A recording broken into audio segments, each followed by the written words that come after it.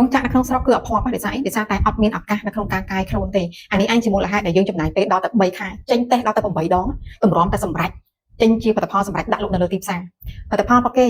កាយម្ដងតិចម្ដងតិចប្រជាជនអតិថិជនគឺទុកឱកាសឲ្យគេតែសម្រាប់ផលិតផលដែលផលិតនៅក្នុងស្រុកវិញគឺអត់ទេអត់ហ៊ានឲ្យខុសទេព្រោះដឹងថាប្រជាជនខ្មែរយើងអត់ទុកឱកាសឲ្យទេនេះជាមូលហេតុដែលយើងគឺសម្រិតសម្រាំងគុណភាពខ្លាំងមែនតើអត់ល្អគឺអត់ហ៊ានចេញលក់ទេព្រោះយើងដឹងថាយើងគ្មានឱកាសដោយផលិតផលបរទេសទេ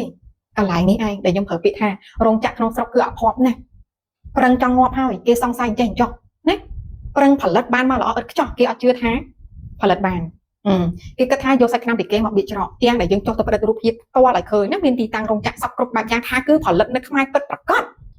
នៅតែមិនជឿណាមានពាក្យពេចន៍សោកសៀតសពគ្រប់បែបយ៉ាងសង្ឃឹមថាជារបស់ខ្មែរសង្ឃឹមថាមិនទៀតបើបង្ហាញអស់លីងហើយនេះអត់មានបានលាក់បាំងទេចាបង្ហាញខ្ទេចខ្ទីខ្ទឹមចឹងតាំងពីសារធាតុផ្សំរូបមន្តបង្កើតឡើងដោយខ្លួនឯងអត់បានយករបស់គេមកទេចង់បញ្ជាក់ជូនថាសម្រាប់ឆ្នាំអត់មានសុបរានខ្មែរបបោកភេទខ្លងនេះណាយើងអត់បានយករូបមន្តរបស់ថៃមកទេគឺ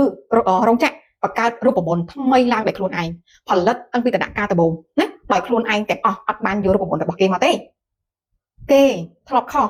ប្រជាជនអតិថិជនទុកឱកាសឲ្យបានផលិតនៅខ្មែរខុសតែបន្តិចគឺចប់ហ្មងជន់ដល់តែងាប់អញ្ចឹងមិនយើងគឺមិនហ៊ានឲ្យខុសទេដល់តែពេលឥតខ្ចោះពេកគេអត់ជឿថាផលិតនៅខ្មែរមិនជឿថាខ្មែរអស់ចាខ្មែរមិនជឿថាខ្មែរផលិតបានចាស៊ូបន្តទៀតដើម្បីពាក្យថាផលិតផលខ្មែរដើម្បីតង់ជាតិខ្មែរមួយហ្នឹងទាំងខាងខ្ញុំទាំងខាងរោងចក្រគឺខំខ្លាំងមែនទែនមិនឲ្យខូចគេឈ្មោះផលិតផលខ្មែរទេ